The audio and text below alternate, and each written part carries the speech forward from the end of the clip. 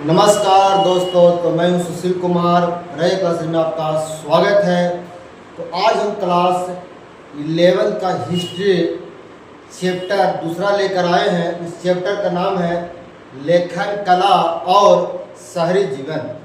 मेरे मित्र, लेखन कला और शहरी जीवन में हम लोग क्या पढ़ने वाले हैं कि किसी देश का एक कहानी है। उस देश का नाम है इराक देश की कहानी है। उस इराक देश का लेखन क्या है, वहाँ का कला क्या है, वहाँ का शहरी जीवन क्या है, उसी के बारे में हम लोग पढ़ने वाले हैं। तो लेखन कला और शहरी जीवन लेसन 2 है, ये क्लास 11 का हिस्ट्री है। तो मेरे मित्र, आज भी यह देश इराक के नाम से जाना जाता है। पहले इसे मेसोपोटामिया के नाम से जाना जाता था। तो आइए हम इसको पॉइंट बाय पॉइंट बारीकी से पढ़ाई पर ध्यान देते हैं, पढ़ते हैं इसके बारे में। तो आइए मेरे दोस्त, इससे पहले देखेंगे कि प्रायर क्लासेज आपका रफी गए। क्लास 11 का हिस्ट्री है, एनसीईआरटी पर आधारित है सिलेबस। लेसन 2 अध्याय 2 है लेखन कला और शहरी जीवन, writing and city life. Online और ऑफलाइन दोनों माध्यम से आप जुड़ सकते हैं। मेरे मित्र, आपको यहाँ ऑब्जेक्टिव भी कराया जाएगा, subjective, all notes, panel, PDF भी मिल जाएंगे। टेस्ट सीरीज होके शुरू होने वाले हैं। मेरे मित्र, आपका एड्रेस श्रीनगर महादेव घाट है, रफीगंज में। आप चाहे तो फेसबुक से, टेलीग्राम से, इंस्टाग्राम से, यूट्यूब के माध्यम से भी आप जुड़ सकते हैं। मेरे मित्र, सब्जेक्ट पे जाने से पहले, चैप्टर पे जाने से पहले आप चैनल को सब्सक्राइब कर दीजिएगा, लाइक कर दीजिएगा, शेयर कर दीजिएगा। मेरे मित्र, आते हैं मेरे मित्र पॉइंट पर। मेरे मित्र, पहला पॉइंट क्या कहता है, मेसोपोटामिया।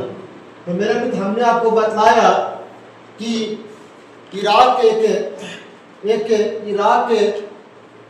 देश है, उसी देश की कहानी इसमें बताया गया है। तो मेरे मित्र, एक दजला और फरात नदी है। इराक देश में कौन सी नदी है? दजला और फरात नदी है। उसके दोनों के बीच में जो क्षेत्र जो बचा हुआ है, जो क्षेत्र खाली है, उसी क्षेत्र में एक देश बसा हुआ, उसका नाम है मेसोपोटामिया। क्या है? मेसोपोटामिया है। मेरे मित्र, खुदाई के दौरान बहुत सारे चीजें मिले हैं। उसी के अनुसार से इसका नाम लेखन कला और शहरी जीवन दिया गया है। तो मेरे मित्र, आइए पॉइंट पर। कहता कुछ है कि मेसोपोटामिया दजला और फरात नदियों के बीच स्थित यह प्रदेश आजकल इराक गणराज्य का एक हिस्सा बना हुआ है। इसका मतलब हम कह सकते हैं क्या कि मेसोपोटामिया जो जगह है वो फिलहाल में कहाँ? इराक देश में है। क्लियर?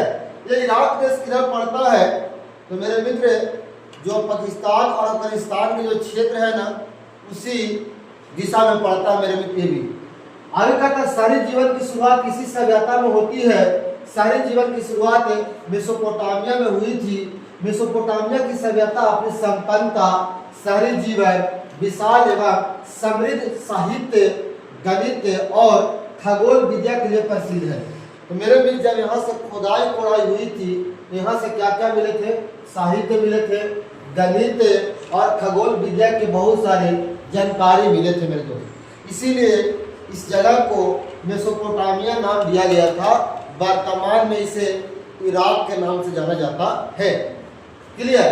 एक क्वेश्चन इसमें बनता है कि अगर आपसे पूछे कि मेसोपोटामिया कहाँ है, तो आप क्या बोलेंगे? इराक देश में है, पहली बात। दूसरी बात पूछेगा कि मेसोपोटामिया किस नदी के किनारे या किस 2 नदियों के बीच में बसा हुआ है, तो दजला और फरात नदियों के बीच में स्थित है। आगे ये कहता है कुछ कि मेसोपोटामिया से बहुत सारे चीज मिले, ऐतिहासिक जानकारी मिलते हैं। क्या क्या मिले? इमारत मिले। इमारत के मतलब होते बड़े बड़े बिल्डिंगों के साक्ष्य मिले हैं, मूर्तियां मिले हैं टूटे फूटे, कब्रिस्तान के साक्ष्य मिले हैं, कब्र के साक्ष्य मिले, आभूषण के साक्ष्य मिले हैं, औजार के साक्ष्य मिले हैं, मुद्राएं, सिक्का मिले हैं, मिट्टी की पट्टिका, मिट्टी से बने हुए मूर्तियों के साक्ष्य मिले हैं, तथा लिखित दस्तावेज। लिखित दस्तावेज का मतलब होता है कागज उगज या उस समय के पत्थरों पर लिखे हुए डिजाइन, या जो भी डिजाइन बनाए जाते थे उसी के अनुमान से लगाता कि हो न हो पहले के लोग यहाँ रहते थे या पहले यहाँ लोग रहते थे, बसते थे। मेरे मित्र आगे चलते हैं। आगे क्या है मेसोपोटामिया की भाषा में कि आखिर यहाँ जो लोग रहते होंगे कोई तो जरूर भाषा बोलते होंगे। तो मेरे मित्र कहता है कि मेसोपोटामिया की जो भाषा थी पहले वह भाषा थी सुमेरियन भाषा। कौन भाषा थी? सुमेरियन। मगर कुछ समय के बाद वहाँ आकदी भाषा बोली जाती थी। कौन भाषा?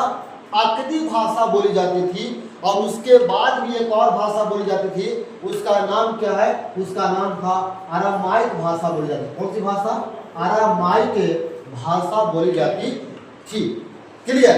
मेरे मित्र अभी भी इराक देश में कौन सी भाषा बोली जाती है? तो सबसे अधिक कई भाषा कौन सी बोली जाती है? अरामाइक भाषा बोली जाती है। तो दिक्कत आइए आगे पॉइंट पर। आगे कहता है कि 1400 ईस्वी पूर्व से धीरे धीरे अरामाइक भाषा का प्रयोग हुआ।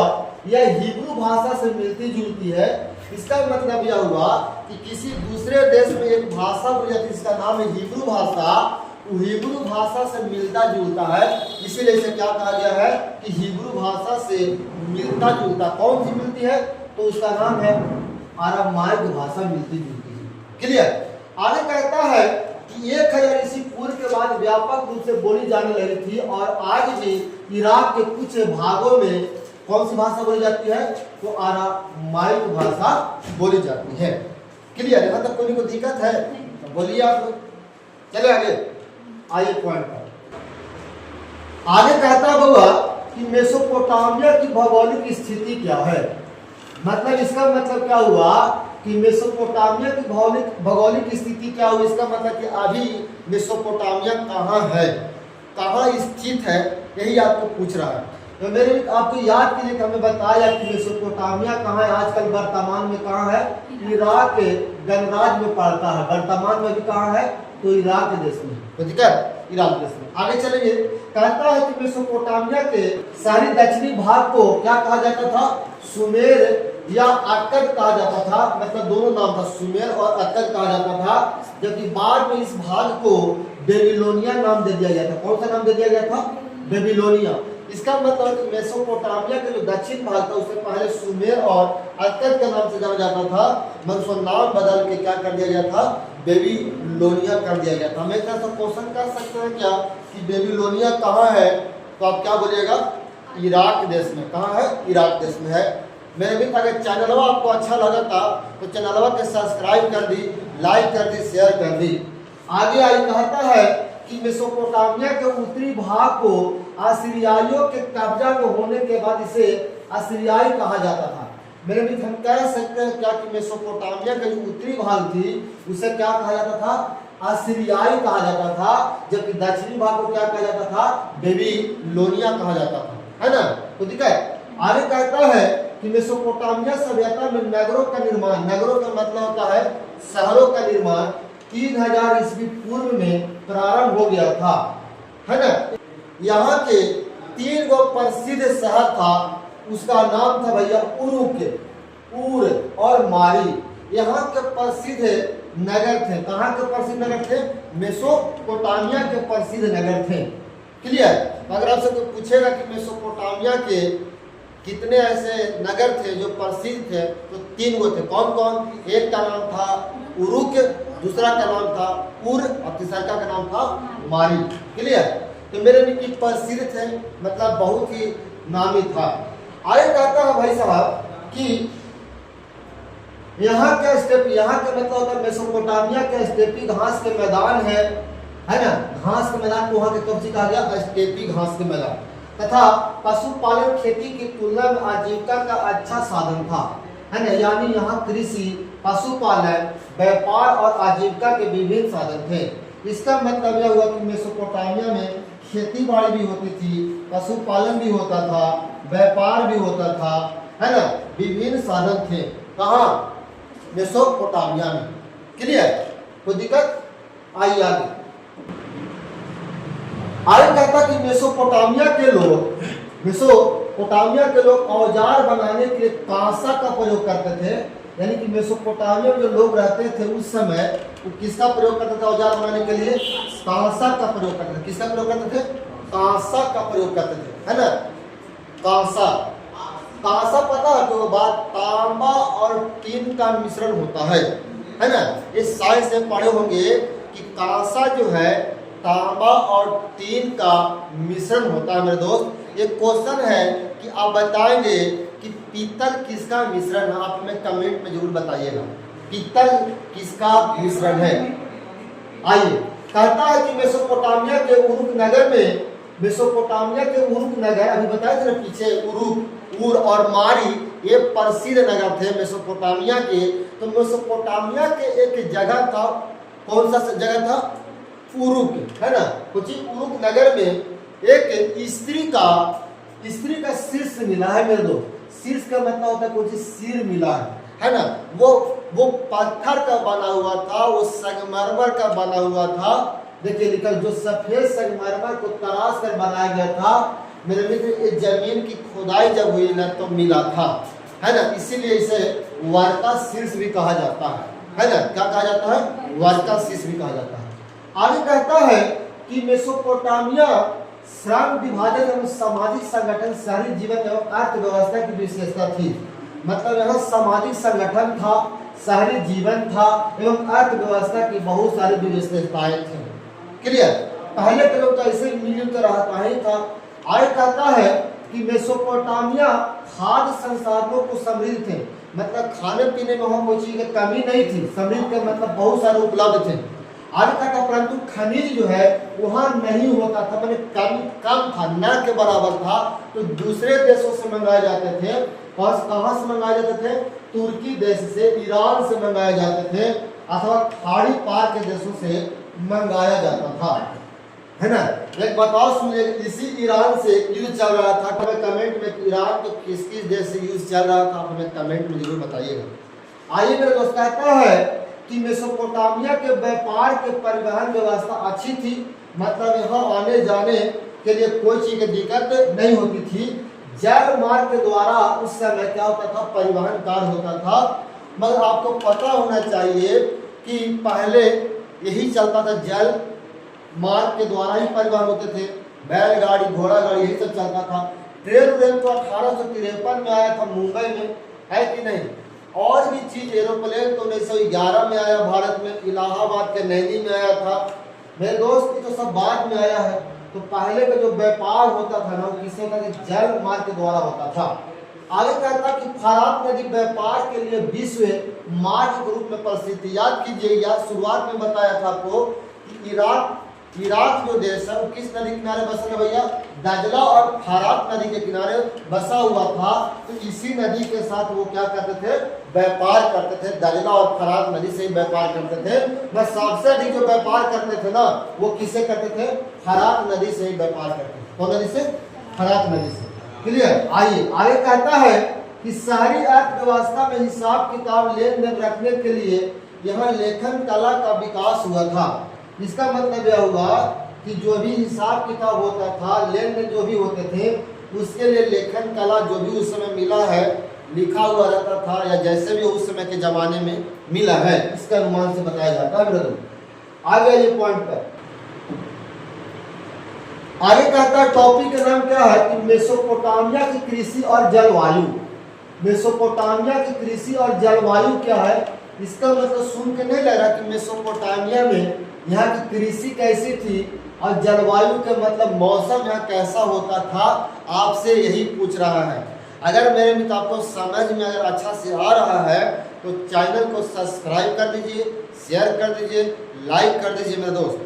आइए, क्योंकि आपका एक सब्सक्राइबर से आप ही का क्लास का रौनक बढ़ेगा, है कि नहीं। तो आइए पॉइंट पर हम आते हैं।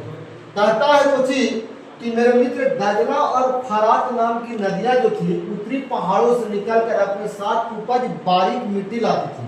कौन मिट्टी लाती थी, मिट्टी लाती थी। जब इन नदियों में बाढ़ आती थी अथवा जब इनके पानी को सिंचाई के लिए खेतों में ले जाया जाता था, तब यह उपजाऊ मिट्टी वहां जमा हो जाता था मेरे दोस्त, है ना। ये कहानी सब घट गया है कि नहीं, सब कहानी घट गया, सब इसमें है, लिखा गया है, तो खैर उससे मतलब नहीं। कहता है कि दजला और फरात नाम की जो नदी थी, जो नदी जब आती थी, प्रवाहित होती थी, तो अपने साथ क्या लेकर आती थी, मिट्टी लेकर आती थी, उपजाऊ मिट्टी लेकर आती थी। और इसी मिट्टी जब फैल जाती थी खेतों में, तो उसी पर क्या किया जाता था मेरे दोस्त, कृषि कार्य किया जाता था, यानी खेती किया जाता था। आगे कहता है कि मेसोपोटामिया का रेगिस्तानी भाग जो दक्षिण में स्थित है, अभी भी है, यहाँ भी कृषि की जाती है। और फरात नदी जब इन रेगिस्तानों में पहुंचती है तो उन्हें छोटे छोटे कई धाराओं में बैठकर नहरों जैसे सिंचाई का कार्य करती है। या गेहूं, यहाँ पर गेहूं होता है, जौ होता है, मटर होता है, मसूर दाल होता है, खेती की जाती थी, है ना। सब इसमें है लिखा हुआ, कोई दिक्कत नहीं है, मतलब ऐसा घटना घट गया। मेरे कहता है आपको पता होना चाहिए कि रेगिस्तान में भी खेती हो जाती है, कोची का गेहूं, जौ, मटर, मसूर, ये सब की खेती होती थी उस समय। क्लियर मेरे दोस्त, आपको पता होना चाहिए कि ये सब ज़्यादा पानी नहीं लेते हैं, इसलिए खेती हो जाती थी।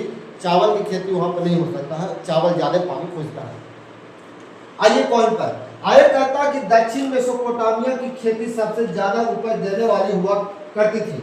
हालांकि वहाँ फसल उपजाने के लिए आवश्यक वर्षा की कुछ कमी रहती थी।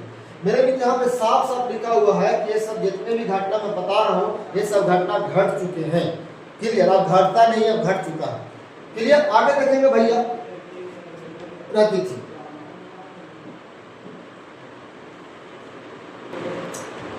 आगे देखेंगे, कहता है चौथा अगला पॉइंट क्या कहता है, स्टेपी क्षेत्र का, स्टेपी क्षेत्र मतलब घास के मैदान को कहते हैं। कहाँ के घास के मैदान को? इराक के घास के मैदान को स्टेपी क्षेत्र कहते हैं। प्रमुख कार्य पशुपालन था, है ना।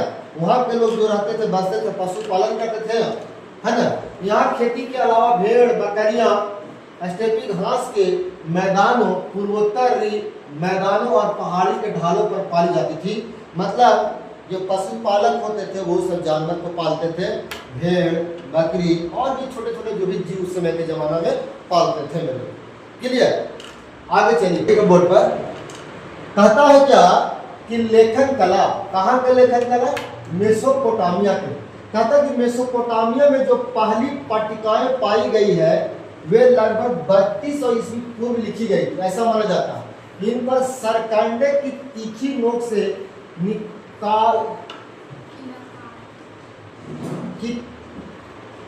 तीखी नोक से किलाकार लिपि द्वारा लिखा जाता था। इन पट्टियों को धूप में सुखा लिया जाता था, ऐसा माना जाता है मेरे लोग। तो सुन लीजिए, सरकंडे कहते हैं सरकी को, है ना। सरकी देखिए, सरकी होता था, पतला इतना ही मोटा मोटा होता था, और वो सरकी को ईंट में डुबो कर लिखा जाता था, है ना। अंदर में वो अति बांस देखे ना, बांस की प्रजाति जैसा होता था, वो लंबा लंबा होता था सरकी। इधर तो नहीं मिलेगा, रफीगंज तरफ क्षेत्र में आपको नहीं मिलेगा, कहीं कहीं होगा, हमको नहीं पता है। तो मेरे मित्र लंबा लंबा होता था वो, है ना, और इसी से बना के उसको कलम जैसा, कलम, है ना, और उसको डुबो कर लिखा, अंदर रुआ जैसा होता था, गद्दी जैसा होता था, उसको ही सरकंडे कहते हैं, है ना, उसको सरकी बोलते हैं, है ना। आइए आगे कहता है कुछ लेखन प्रणाली की विशेषताएं। क्या थी लेखन प्रणाली की विशेषताएं? अभी तो हमें जस्ट बताया, तो किससे लिखे होते थे? सरकंडे की तीखी नोक से लिखी जाती थी, और उसे सुखाकर क्या कर दिया जाता था? सुखाकर उसे क्या किया, बहुत पट्टियों में धूप में सुखाकर उसे क्या किया जाता था? रख दिया जाता था, ऐसा माना जाता है ना। तो इसमें भी वही चीज लिखा हुआ। आगे बढ़े,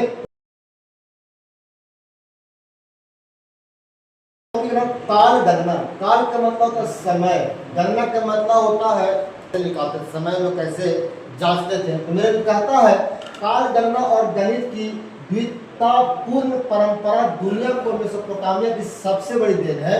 मेरे मित्र काल गणना जो आया कहाँ से? तो कहता है, ऐसा मानता है कि पूरे देश में कहाँ से आया?